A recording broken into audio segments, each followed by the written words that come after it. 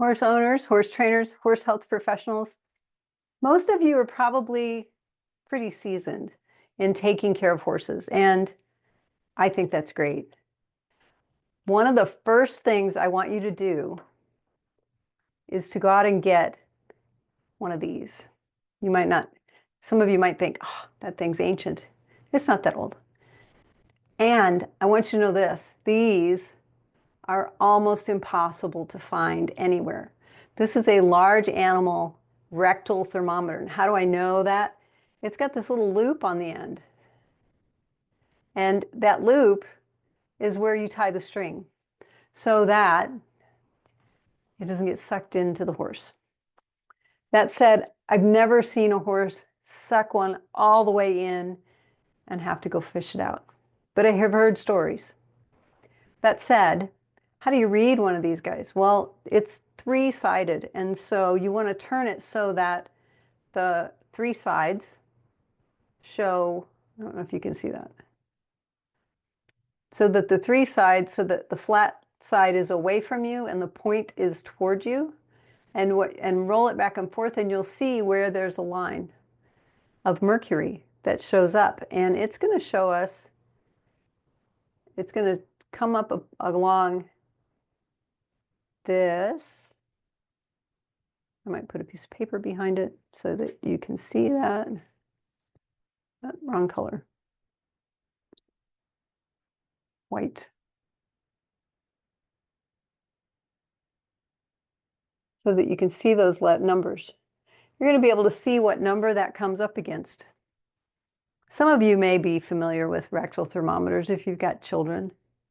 Infant thermometers are much smaller and thinner. Don't use those in a horse because they're just not sturdy enough.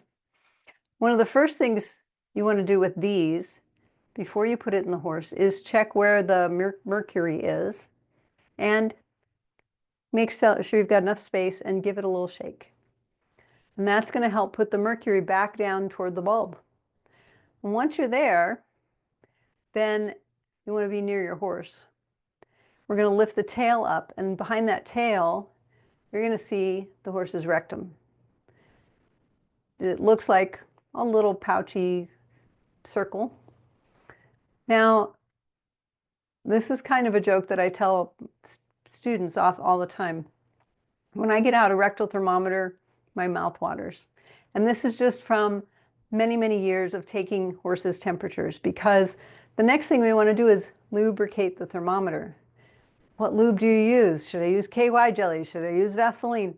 What's better? You know, it doesn't really matter. A little drop of spit is probably enough. And here's what we're going to do.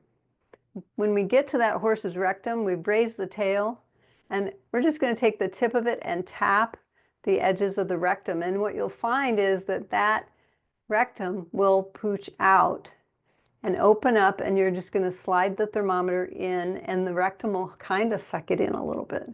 It won't suck it in very far because it's a little stuck, but it'll suck it in just enough so that the tip can stay warm. Leave it there for a minute or so while it measures. So we'll measure the temperature of my hand. How about that? So that it can measure that internal temperature and then bring it out.